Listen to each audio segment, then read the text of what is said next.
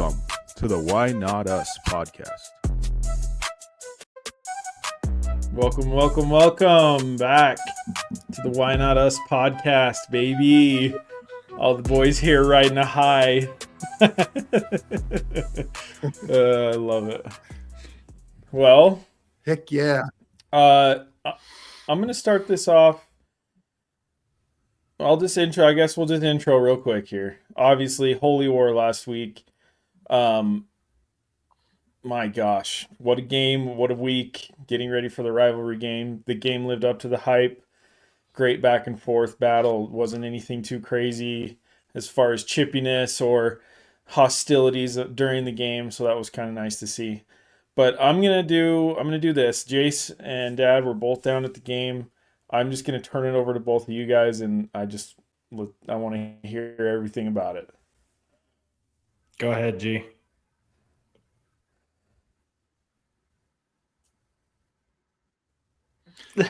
Well, yeah, I mean, great game day atmosphere down there. Went down. It was interesting that as we got down there pretty early, but there was a huge crowd there early. Cougar Walk. I mean, we got there just a little after, 3:30 or so, and you couldn't find a spot on the Cougar Walk. It was packed.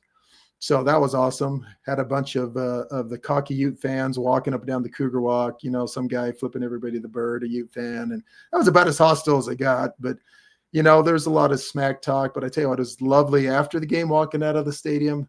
The Utes fans had their heads down. They weren't even looking right and your left. They were just packed up heading out. But that atmosphere was amazing. The crowd was into it. We stood the whole game. We did not sit down except for when it was a timeout or halftime. The crowd stood, they cheered. I mean, it was just an electric atmosphere. It's one of those, that's what you would hope you'd get at a Utah BYU game at home. And the game itself, the game lived up to my expectations. I thought it'd be a low-scoring, hard-fought game, and it was. So as far as game atmosphere, that's my 2 cents. It was an awesome environment. Yeah, I echo that. It is cram-packed. I went in with the expectation that this was going to be the loudest game that I had attended. I will say that it was the loudest for 4 quarters, but I do think that in terms of volume and craziness, I think Kansas State still took that in that small stretch of craziness that we experienced. Not like it's not a bash. It's not like the crowd was electric for all 4 quarters. And so like that was awesome. But I was kind of expecting a little more of like that death feeling. And I just didn't get it as much as I did during that Kansas State game. But electric atmosphere, obviously really great win. Lived up to the expectation, with the only expectation that was not lived up to was we didn't turn the ball over. I had every expectation to have some sort of turnover and we didn't do it. And so that's freaking incredible. We played great.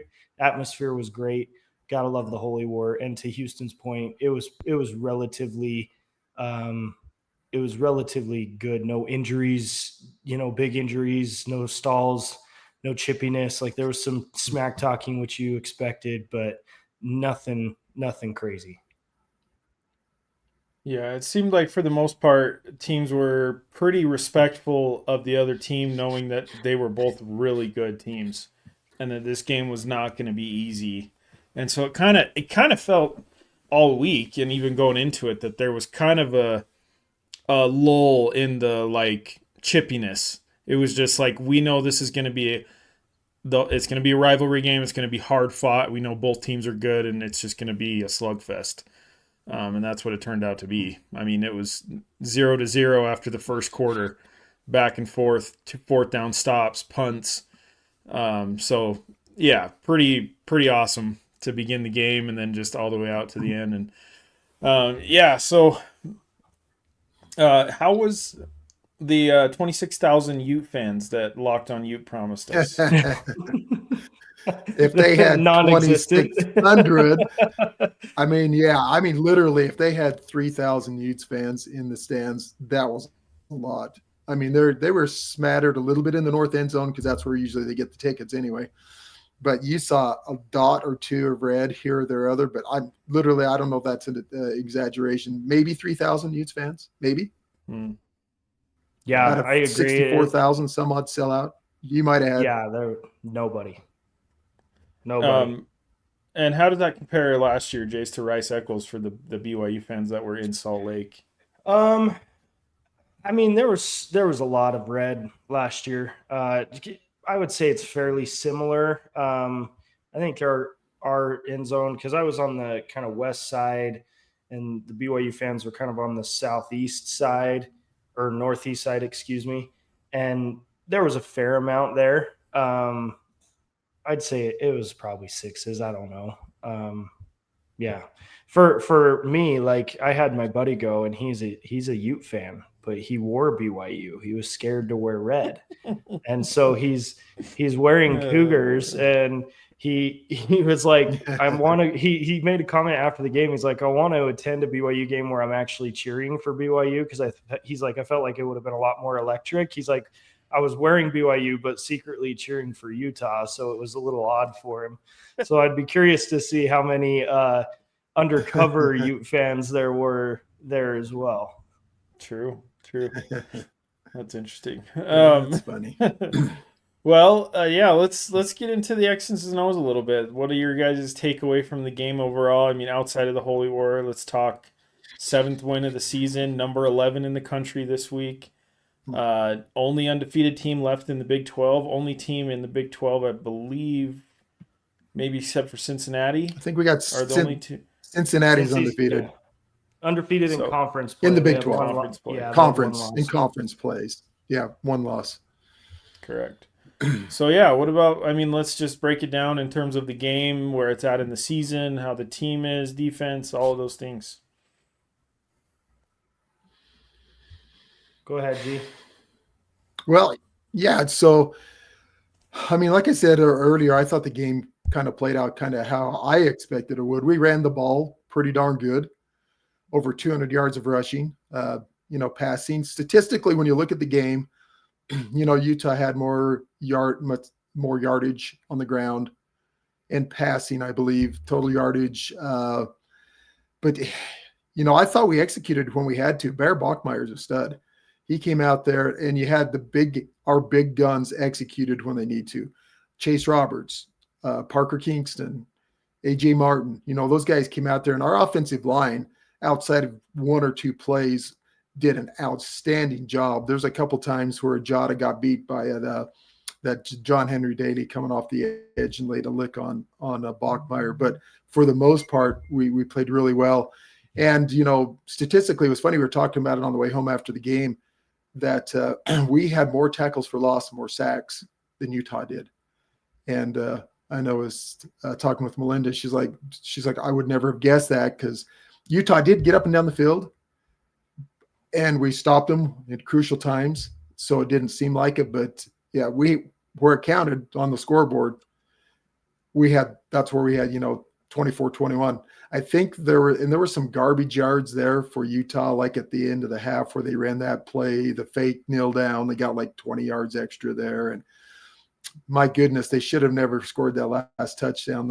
A couple gift pass interference calls down the field. And anyway, overall, I thought we did a pretty good job, other than one or two times keeping Dan Pierre in the pocket, not letting him scramble out on us. He had a couple big runs that hurt us, but overall, we kept him in the pocket. And my goodness, our defense are studs, and Jack Kelly is an animal. Yeah, for me, it's like, how much time do we have? Because holy cow, I think I'm feeling the sense, even with all of us, that we're still kind of like in this, holy crap, we just exerted so much energy for this week, and we just want to take a nap. But there's so much to dissect from this game. Lots of positives, a couple question marks and stuff going into the last part of the season for us. But yeah, like to Gordon's point, I'm so impressed with Bear. To come in at this magnitude of a game, the Holy War, and to not just not make a turnover, but keep your composure throughout the entire game and be a like determining factor in the win. He's an absolute dog. And so I can't say enough good about how impressed I was and am with him. He's a leader. He's a stud. He's a winner. And so kudos to Bear. Jack Kelly was a key part of our defense, and we were very lucky to have him back. He was huge in the game. Our corners are insanely good. Yes, they are. We were able to play one-on-one for the majority of the game with their wide receivers. I rewatched the game again today because I was on the end zone on the final drive, with Utah coming in and those two gifted pass interference plays when I watched live looked very, very, very, very gifted. After rewatching the tape, I would say one of the two was absolutely gifted. One was okay. I can live with that call. The other one was absolutely ridiculous. And on the officiating front, I don't think I've ever had a season of BYU football where I can pinpoint actual points and drive killers from officiating more than I have this year. There's always been questionable calls. Like you're never going to get away from that, but we have had actual points taken away and drives killed on third down where they were blatantly missed calls. That and one in particular in this game was the one where Chase Roberts on 3rd and 10 absolutely cooks the corner. He cooks him.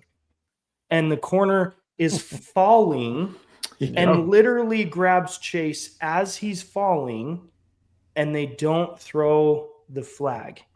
At the very start of the game, it's 3rd and 10. And Bear Bachmeier borderline gets his helmet pulled off from behind his head.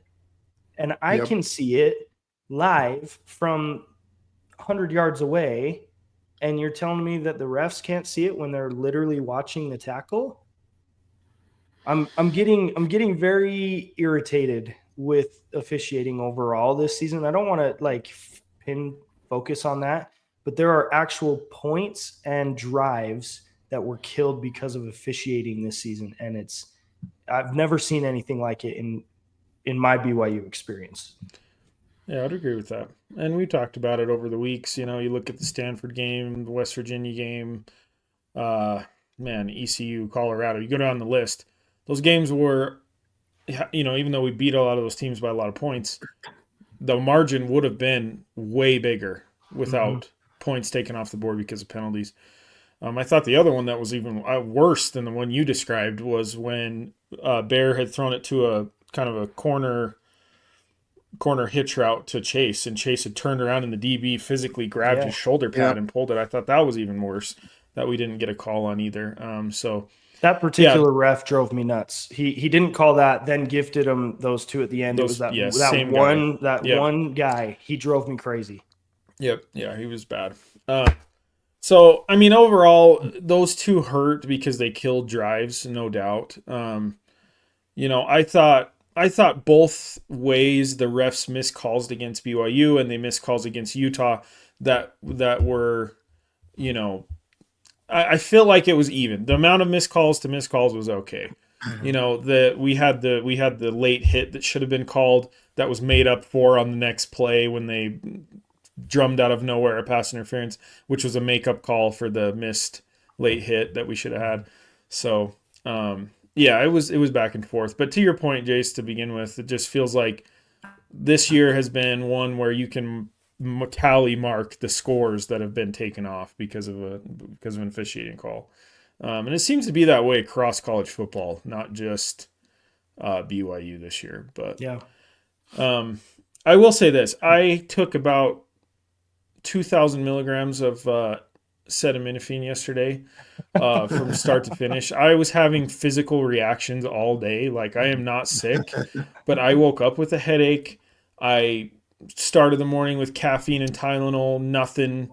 Went and worked in the yard, sweated, drank water, ate whatever I could eat, nothing. Took more Tylenol in the evening, more caffeine. And I was like physically ill and hurting the entire day. And the only thing I can chalk it up to is the game because I feel incredible today. So I wanted to beat Utah so bad my body was having reactions to how badly I wanted to beat Utah. And man, I'm just so happy to get the win. And like we talked about, Bear was incredible. I think obviously the highlight play of the game that everyone's going to be playing on repeat for the next 50 years is Bear Bachmeier dragging 3 Utah Utes into the end zone to win the game for BYU. And if that doesn't epitomize Bear Bachmeier this season, I don't know what does. So good, man. He's an absolute stud.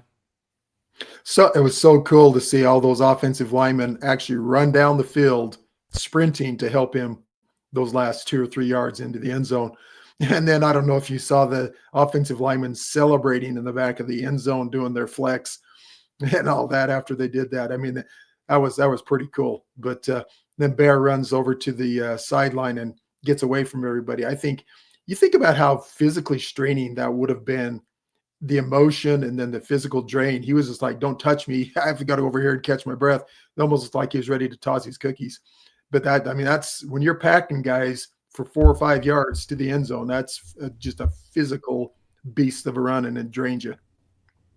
Yeah, he awesome. Did. They showed it on TV. Ran straight, took his helmet off, ran straight to the bench and sat out. Like, leave me alone. But, yeah, it was cool to see.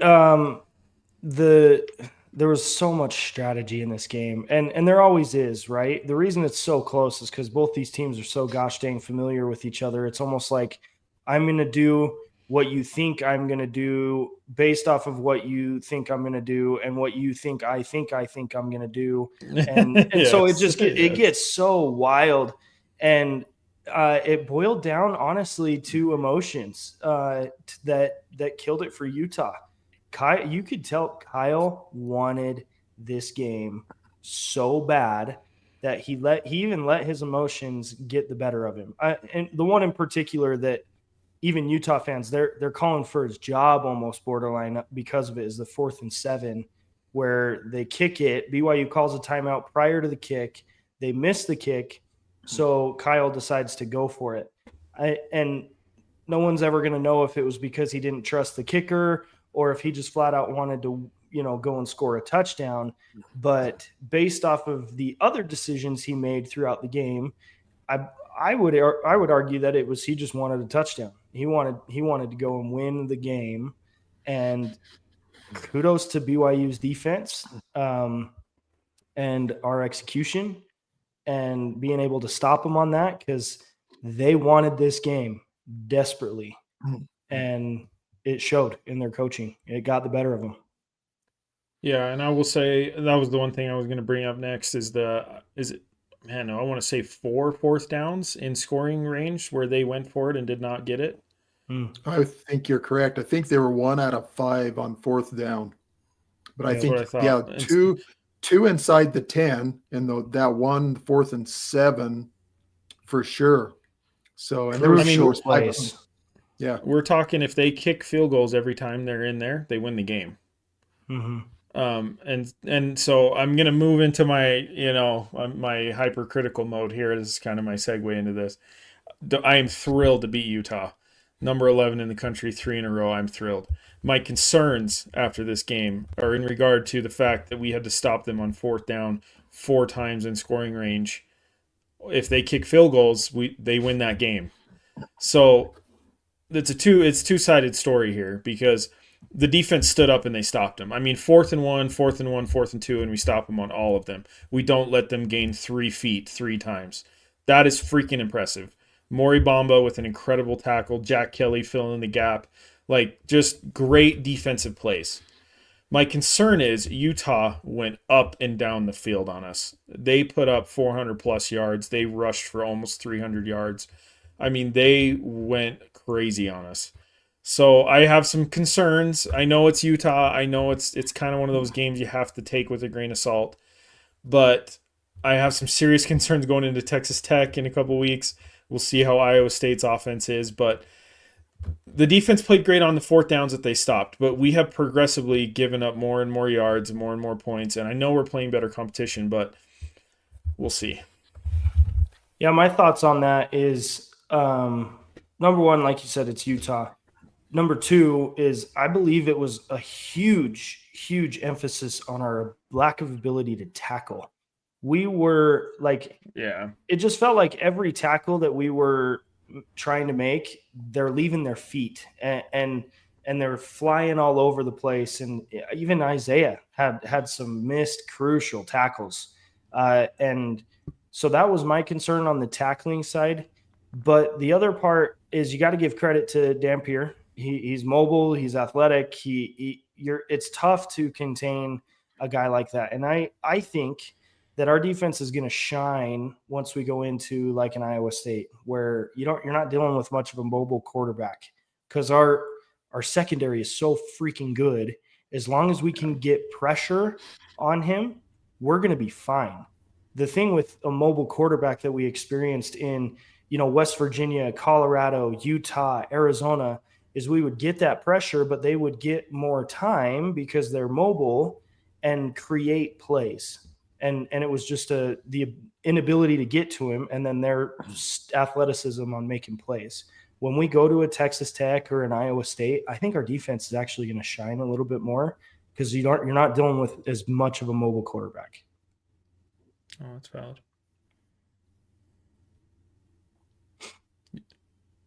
Did we lose Dad? You with us? I think he's back. You back, G? No, I'm here. Yep. Yeah, Okay. it must be my end, but there's a little glitch going on here or there. So I haven't lost video. Your audio's been a little glitchy. I will say, you just don't know with the Big 12. Arizona State beats Texas Tech. We'll talk a little bit more about that later, but you just look at the scoreboard. And so with all that being said, with our defense and everything, Utah made Arizona State look like chumps last week. They beat them 42-10. That same offense comes to our place. They're lucky to have 21 points on the board. I know they could have kicked field goals, but we had opportunities to kick 2 field goals ourselves that we could have kicked, and that put 6 more points on the board. So, the last one there where we decided to go for it, and then there was the other one. If we would have clock managed better at the end of the first half, we probably score a touchdown instead of a field goal. So, with all that being said, there's give and take there. They have been flow of the game. And, with Jason saying about the mobile quarterback, I mean, he hurt us, but not like he did against Arizona State. And Utah's actually on a heater coming in there. I mean, Texas Tech had made them look bad, but beyond that, they had come in and they'd been scoring 40-plus points or somewhere in there, 38 to 40 points a game. And we shut them down. Now, I know they move the ball up and down the field, but guess what? It's the score that matters. It's not – they could have 700 yards, and if we have more points than them, I really don't care because we shut them down when it's the critical points come. So, it's just so hard to predict down the road. I mean, as my pick 'em show you this week when we talk about that, Ofer, but that's why you play the dang game, and the matchups are different from week to week. Every team matches up a little different. So to Jason's point, I would agree 100% that, when we see Beck this week at Iowa State, he's not a mobile quarterback. Our corners are studs. And a couple of those touchdowns going back to the Utah game, and I, like Jace, rewatched the game. So the one of the touchdowns, I think it was the first one where number 9 was wide open. And this is where our stadium noise hurts our defense. Everybody else was playing man. Maury Bamba was playing zone. He started running with that receiver number 9, and when he got to the middle of the field, he let him go and turned to go back to his cover on the other side, and everybody else was still in man, and that's why he was wide open. So, kudos to the fans for being loud, but the defense, there's probably a couple times that happened to us. So, yeah, I mean, I second-guess stuff all the time, but I'm not on the sideline with the headset on making the calls either, so. Yeah. And I think, at the end of the day, I mean, the win is what matters, and the score on the scoreboard is what matters. I mean, that's all that counts at the end of the day. And last year it was how lucky can BYU get? They just keep win. They finding out how to win. They find out how to win. And kind of this year it's been the same story. Well, how do they keep finding a way to win? Well, if you're a good team, you win games. I mean, that's just how it goes. I mean, BYU is now tied for second with Navy with 9 wins in a row. Ohio State, I believe, is number 1 with 11. So second in the country as far as win streak goes. The home winning streak in the Big 12 is the best at LaVell Edwards Stadium. I mean, you can just go down the list and everything is coming up BYU. And man, I'm confident going into Iowa State. I have my concerns a little bit with the defense, giving up a lot of yardage. But just keeping teams out of the end zone is going to be the name of the game. And I think we match up good against Iowa State to the points that you both made. Becht is not necessarily that mobile of a quarterback. Evan Johnson and Alexander are, I think, in the top 10, top 8, both of them in cornerback efficiency this year. So, and then Mori Bamba's played 2 of the best games he's ever played in his career between Arizona and Utah. And so it's good to see him, stepping in there. And that's without Tommy Prassis and Raider Demooney. I thought Satawala has been the MVP. I was listening to the post-game show, and Hans was listing off pass breakup, tackles for loss, led the team in tackles. I mean, you just go down the list, and he had about every defensive stat you can have, maybe except an interception. We get everybody healthy, and when we're rolling, I'm confident in our defense. But not to mention the best hit of the game. He laid out that receiver. That was one of the cleanest, best hits I've seen in a long time. That was awesome. And I'll add one last thing, thoughts on the game. This was by far, and I will emphasize by far, the best defense we have played this year. And we were still able to put up 24 points. And I think Greg Wrubell said, that anytime that we can hold a team under that and we score above that, we're like some crazy number in O. And that's what we've been saying all year. Our defense is elite and is good enough that if we can hold them, my standard has been 17. I've said that all year. I would like to hold teams to about 17 points. We were around that, but our offense is just as good by being able to score. Utah's defense is no joke. They are going to dominate teams the rest of the year. And I would argue that the only reason the Tech game got as bad as they did is their defense was just on the field a lot more and they got tired. But it is an absolute elite defense from Utah. Bear handled it well. The amount of checks that boy made that were effective, where he put mass protect that covered his butt from probably being sacked or, audible to LJ going up the middle, even down to the side that LJ was going on. He's like, no, get over here. Bear's incredible. We're going to say that till we're blue in the face. But our offense overall looked really, really, really good. Yeah. And I think a shout out to LJ and the running backs. They picked up some blocks in this game that were incredible. Huge. Incredible backside blocks. And just, Carson Ryan too. Between him and LJ, man, they saved Bear. Bear took some hits this week. I don't want to see that again. But that's Utah. That's Utah defense. That's going to happen when you're playing against Utah. And we limited it by the incredible blocking from our back. Yeah, I agree. I thought the other thing, to all your point with the Utah's defense being that good, I thought, the play calling was great. Bear made good decisions again. And he's doing exactly what they need him to do. He doesn't need to throw for 300 yards a game. His completion percentage could be a little better, but some of those are he's rolling out of the pocket and throwing it away, or he's throwing it into the dirt. I don't think he's not throwing balls that are incomplete at receivers. Or Parker drops one across the middle of the field. Right. When he targets a receiver and makes a throw, it is on target. So most of his incompletions are coming in broken plays and different things like that. So he's pretty efficient that way. And yeah, offense looked great. I think that's the name of the game. We're just going to run the ball with LJ Martin, and when you key on him, Bear's going to keep it, and he's going to jump over DBs into the end zone. So, Yes, he is. yeah.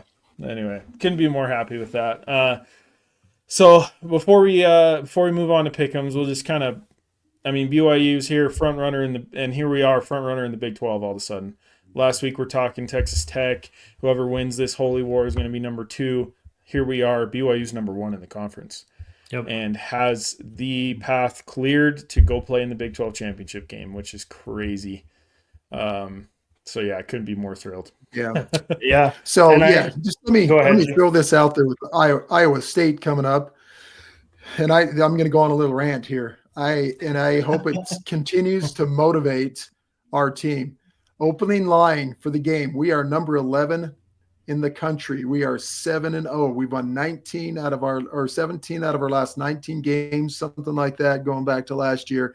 We are a 2.5-point underdog at freaking Iowa State on Saturday with the opening line. I'm like going, in what universe is BYU a 2.5-point underdog going to Iowa State, who's not even ranked in the top 25, who's 5-2 and has lost 2 straight games? Anyway, I know it's the line out of Vegas, and take that for what it's worth, but the disrespect for BYU is ridiculous. There are 5 unbeaten teams in the Power 4 conference teams. We're one of them, and we're a number 11. The other 4 are in the top 10. And you've got 3 teams above us that have got a loss. One of those is Ole Miss, and a couple others. And I'm like going, come on now.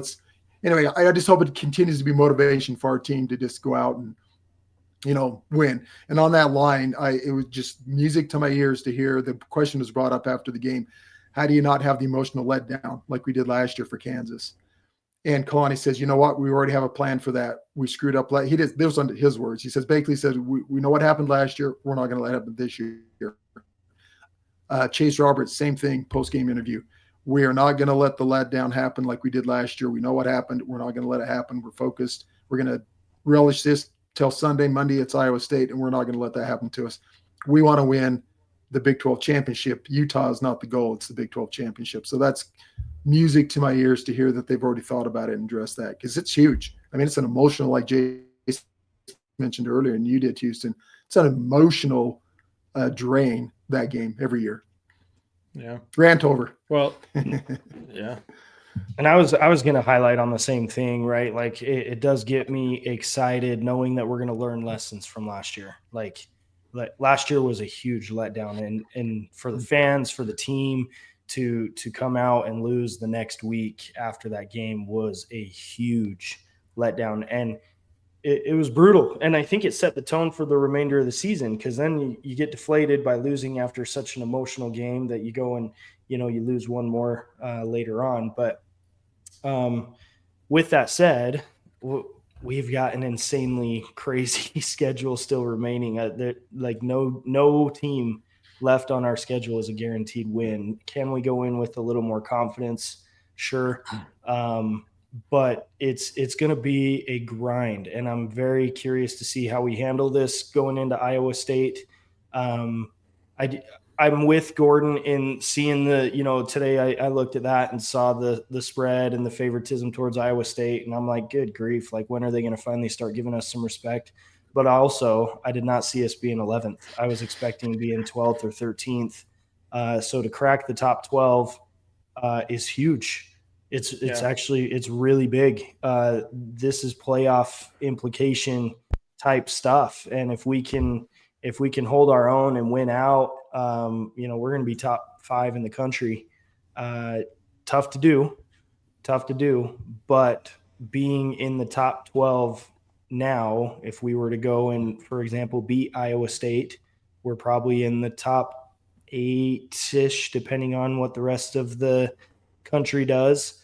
And then let's say worst case scenario happens and you do lose to a Texas Tech, who's still probably in the top 15, top 20, probably, you're still getting some respect. That's why we've harped on the AP poll the entire year on how important it is to get early rankings. Well, now you got it. You earned it. Now keep it. And that's what we expect. And Kalani made that point too. He's like, our goal or our motto this whole year is stay humble, stay hungry, do the right things, and the media will follow. And the media is starting to follow. We're getting the recognition. Yeah, no, I agree. And I don't want to get too far ahead. The one thing I will say is we got to get through Iowa State. I mean, it's always 1-0 the next week. But, I mean, Texas Tech looks tough. But Cincinnati at the end of the year, I mean, depending on how Cincinnati plays, that game could be to determine who gets into the championship between Cincinnati and BYU. I mean, so there's just a lot of football left to be played. And so the one other thing I'll say is, before we move on to pick 'ems, is that we got Miami losing to Louisville this last week.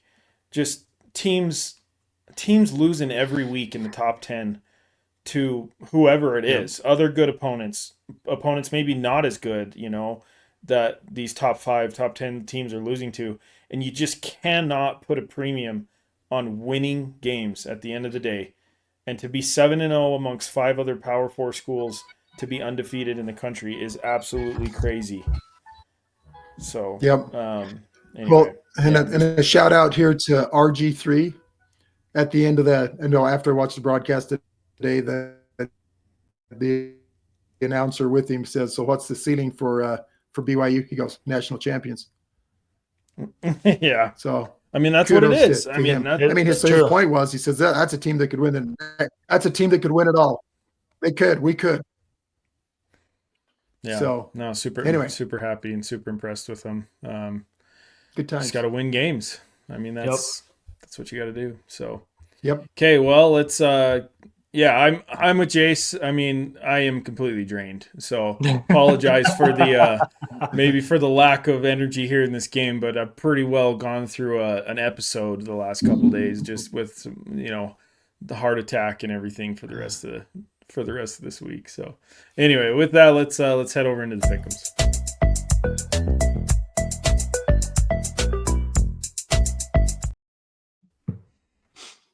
All right. Well, Jace, we'll turn it over to you first. Give us an update. Well, I don't want to put too much emphasis on this, but Gordon hinted to it. Rough week for old G-Man. Flat 0 for the pick'ems this week. But with that said, a crazy, crazy week of college football, and it showcased in the participation that we had on Instagram and stuff. There was just a lot of picks that we chose and that the rest of our followers chose that nobody expected. So to kind of kick it off, with the first one, Houston and Arizona, very good game. So this was one that we were all choosing Arizona, and Houston looked pretty dang good, especially towards the end and holding it off. I know Arizona made a little late run in the fourth quarter, but Houston held their own. So congrats to Houston there. The majority of our followers chose Arizona. This one was 50-50 with our followers, kind of similar with us, Baylor and TCU. So I got a point from that. I did not watch that game, so I don't really have much to say. Did either one of you watch that game? Did not catch it either, especially had the delay as well. I tried watching it, but gotcha. Yeah, didn't have no real opinion on that game. TCU came out with the win. The most surprising one, I think, to us in the country was Texas Tech and Arizona State. It showed Texas Tech is human. And to Gordon's point, it's college football. And especially in the Big 12 conference, anything can happen in this conference. And it showed. Congrats to Arizona State on an absolutely huge win over Tech. The Ole Miss Georgia game, this is where Houston got an additional point on us. So Houston had Georgia picked on that game, so that was big. Gordon, on the underdog pick, Iowa won by 1 point. So Gordon was expecting them to win more than 2.5 points. And so for that to be a 1 point game is insane to me. Houston with a phenomenal pick. Georgia Tech put it to Duke. So good, well done there. And then my pick kind of hit the slump as well. I picked UNLV to beat Boise, and Boise gave it to them and scored 56 points, I think, or something on UNLV. Yeah, so yeah. Congrats to Boise Drubbed on them. doing that. So the total after last week, Houston gained 3 points. I only gained 1, and Gordon gained 0. So that puts me at 26. Or I'm sorry, puts me at 27. Gordon at 24 and Houston at 26. So that was a really big week for Houston, and jumping into second place. So big week. The last 2 weeks have been huge. I'm coming. Yeah. Coming up there. So, and we got some good games coming up this week. So take it away, G. Yeah, so there are some good games in the Big 12. I mean, that's what's fun right now. I just start this off by saying it's so fun to be in a conference, to be able to do this and look at a conference and be in a race. It's so fun. Colorado at Utah. This game, Colorado has played well, and I've picked Colorado a couple of weeks, but I think one of the hard lessons learned, unless you're a really dominant team, and even I thought Texas Tech was dominant, but they were at Arizona State in the desert. I think that was probably one of the key factors there. Utah at home with Colorado. I got to go with the Utes as much as it pains my heart. I just don't think Colorado will be able to overcome Utah's defense in Salt Lake City. I think the Utes come out with a victory there in Salt Lake City. Yeah, no, I think it's a good pick. And to Jace's point earlier, Utah is a good team. I mean, they've lost to the 2 best teams in the Big 12. And besides that, they have throttled everyone they played. So they are a good team. I just wonder if the emotions are a little bit too much after this loss. I mean, a lot of rumors about Kyle going out. Not that he's going to, not give his all, but I just mean as far as the team and the program, maybe knowing that, dang, we lost to BYU and our coaches last year. The other thing is Utah fans are fair weather fans. That place is not going to be as loud this week with Colorado. Just saying, BYU's better at everything. So I got the Buffs. Yeah, similar for me. I think that they're going to be drained. They, like I mentioned, emotionally, they made some reckless decisions with BYU. They wanted this game desperately, and not to say that we didn't want it either, but the emotion showed. The team wanted it. They were hyped. I don't think Dampier is going to be 100% either. He looked pretty shaken up, so there even might be a decent chance he doesn't play. Or if he does, they're going to limit what he does because of his health. And so I think because of that, along with Houston's point, I don't think it's going to be that electric at home. I think Colorado comes out with the win at Utah. That would bury them in the Big 12 race, by the way, which would be awesome. It would. Could happen. It would bury him. Yep. It would. Next one we've got is Houston at Arizona State. This one, to me, this is another game that Houston's been playing well. And Arizona State surprised me last week with the handling Texas Tech, which is kudos to them. But Sam Levitt's back. Arizona State at home. I'm a homer this week. I'm going to go Arizona State at home. Houston, I believe, is a good team, and I think it will be a good game. But again, the home team, Arizona, coming off the big win over Texas Tech. There's always that letdown thing. Going back to BYU and Utah last year, both teams lost the next game after the rivalry. So, but I'm going with Arizona State on their home field. I think a big win like that's going to propel them this week, and playing at home, they'll get Houston. Yeah, Arizona State's another team that's not out of this race. I mean, we're in the same position we were last year with the Big 12. One team loses, one team wins, and all of a sudden there's 2 different teams in the championship game. I mean, it is that tight every single week. Yeah, I think Arizona State, I'm picking them on I'm going to pick Houston, actually. Arizona State's coming on after the big win. Houston's been playing well. I think they're on the up. Yeah, so I don't know. Texas Tech had a weird game. Not sure that Arizona State is that good, but we'll take the Cougars in red. Yeah, I mean, we've highlighted on this, and I don't want to go too in depth on, projections in the Big 12, but I would argue Arizona State is still one that is in contention for the opportunity to go to Texas for the conference championship game. Their schedule is decent for the remainder of the year. And And so I think it's going to be come towards the end of the year. I think it's going to be a tiebreaker between Tech, Arizona State, and potentially Utah, depending on how they play this week, if they bounce back.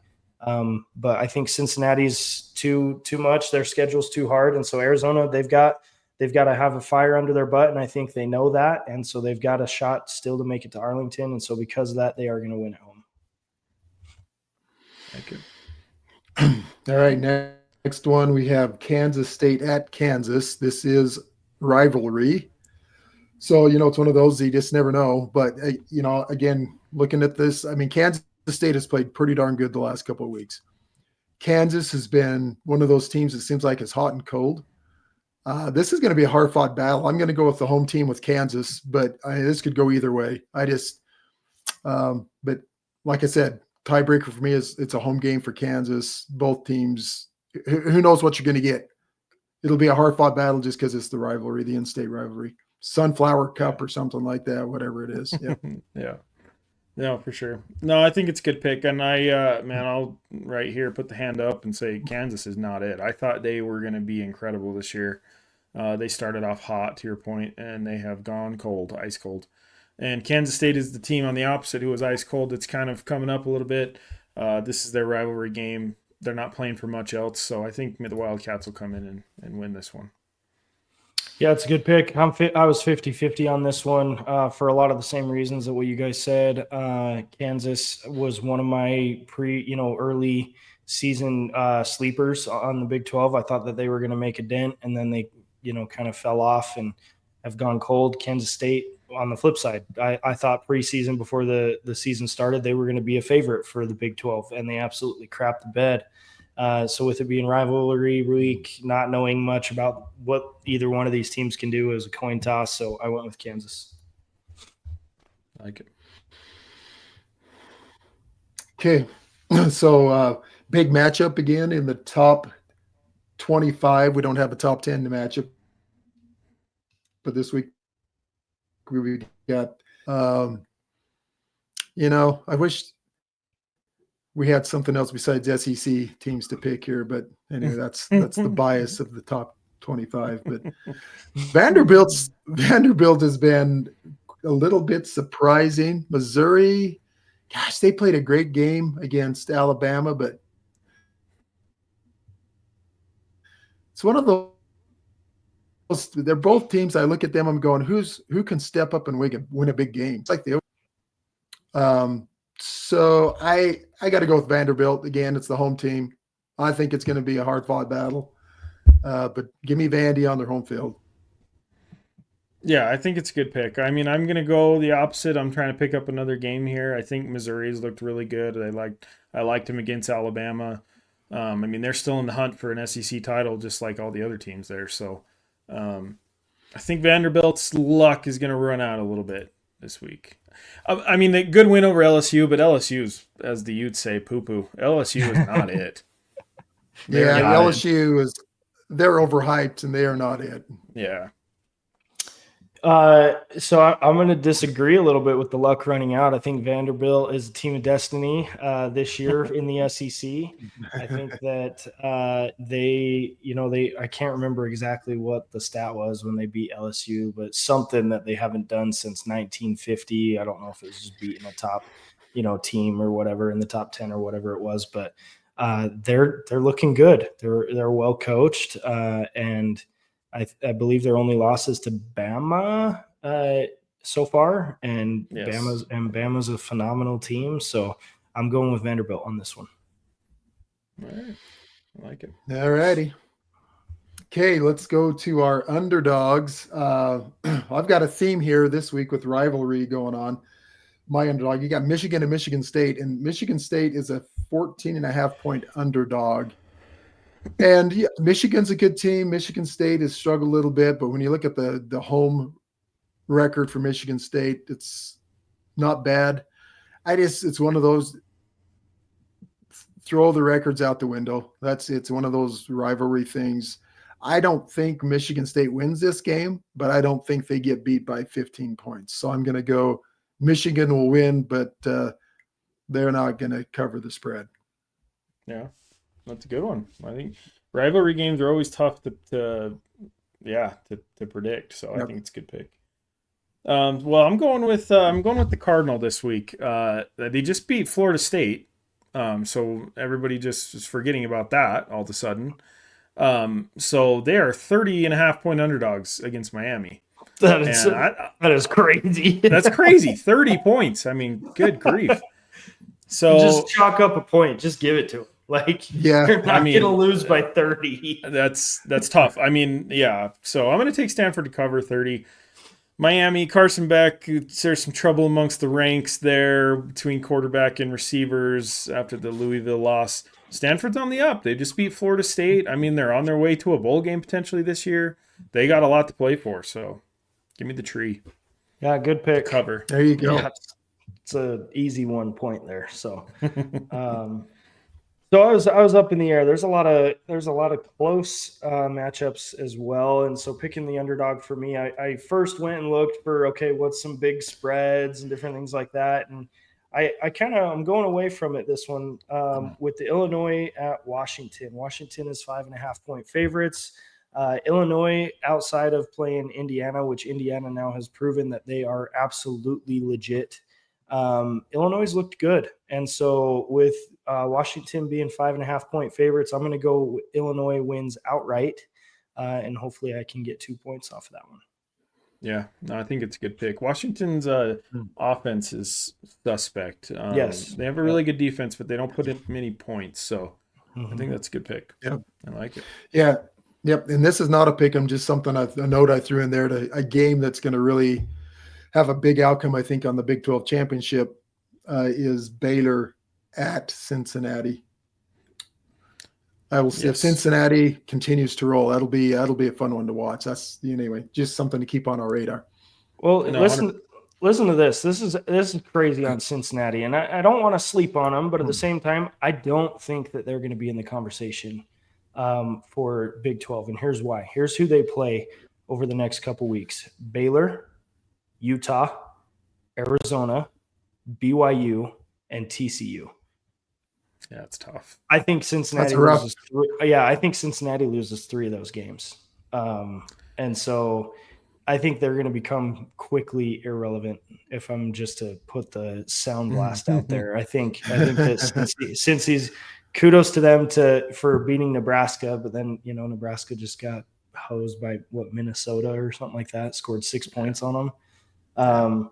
So yeah, take that with a grain of salt. They haven't played much, and they got a really tough schedule. So that's why I kind of made the prediction that it's going to be BYU, Tech, Arizona State, and possibly Utah for the Big 12. That's who's left. Yeah, no, I think it's probably a good prediction. I mean, Cincinnati's got to go play at Salt Lake. This Baylor game is going to be tough to begin with. So yeah, that'll be interesting. Interesting to see how it shakes out. So. Okay, well, with that, let's roll straight into snake draft time. Yeah, so snake draft, Gordon and Houston tied this week, and so we will go to a randomizer to choose the winner. But we chose the best G6 teams in college football, and you guys tied at both 40% of our totals. And then I had 20%. So no love for Boise State. Which, to be honest, I thought that was going to be what I thought that was going to put me over the edge. Yeah. Yes. Agreed. So, okay. Well, let's pull up our. Let's see here. Let's pull up our randomizer real quick. While he's doing that, this week's top 3 is going to be the biggest BYU wins in school history for football. Yes. So, Houston with the win. I will take that dub once again. Yes, you will. I need to find our 4 in a row? totals. Yeah, that's like 3 or 4 in a row, I think. Can you really claim that as 4 in a row when you had to go to the Wheel of Fortune for the victory? Come We counted all the other ones on the Wheel of Yeah, Fortune. wins a I took win. last on a couple in the Wheel of Fortune there, so Yeah, I think that puts you, because I had a pretty solid lead 3 or 4 in a row to start, and then since then Houston's been on an absolute heater. So I believe we're either tied. I need to find my notes on it. I don't know right off the top of my head, but we're either I tied think or you this got week one up puts- on me. I think this week puts me ahead one, I believe. Yeah, just on an So. absolute heater. We need to dethrone him, G. This is a big week. Yeah. Okay, well, so Jay said it already. We're going to go best BYU football wins. This is from any time. I'd be shocked if you don't go first, Houston. Yeah, this is. There's a clear one. Is there? Oh, Is there's there a clear one. There's no question there's a clear one. I mean, I got a couple of them, but yeah, I'm going to go one. I'm going to go I've first. got 2. You going to go 2, G? Or are you going to go third?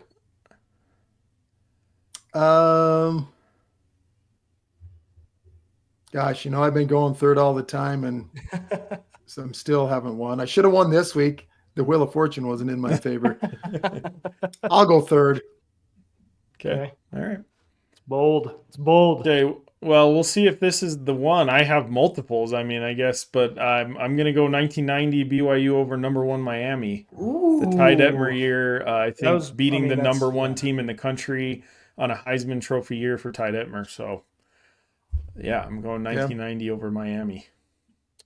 Shout out to Daddy. He was at the game. It was a great game. What a game to be at. Oh, my gosh. Yeah, I mean, clear 1 and 2. I'm going with 1984 national championship win to seal the deal against Michigan, and Robbie Bosco balling out. So, yeah, that's my number 2. So, yeah. Okay, Dad. Well, that's a good pick. Good pick.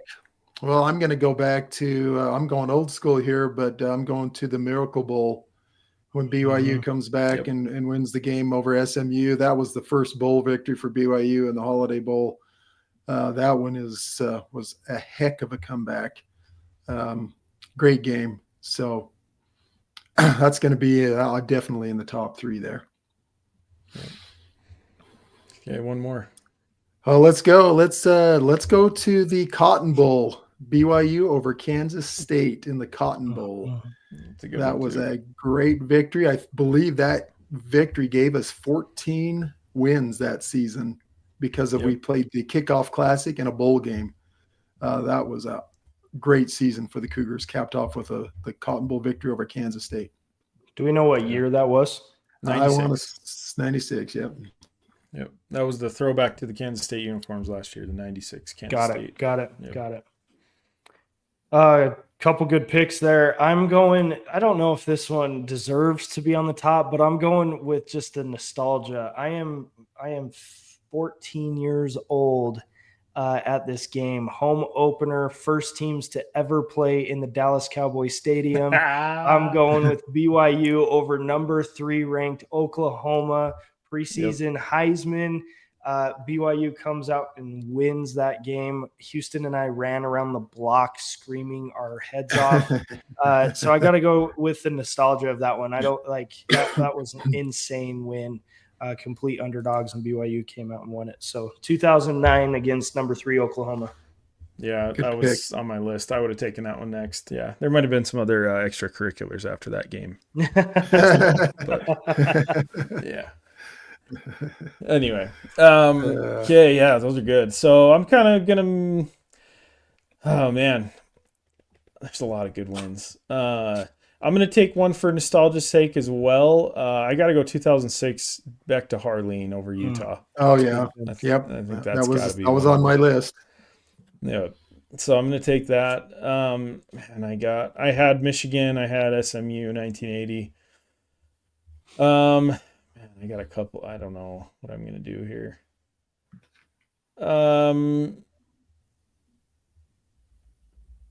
I think I'm going to go another Holy War game, and I'm going to go 2000 BYU over Utah.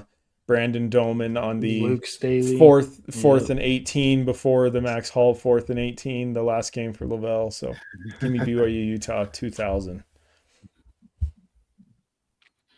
Good pick.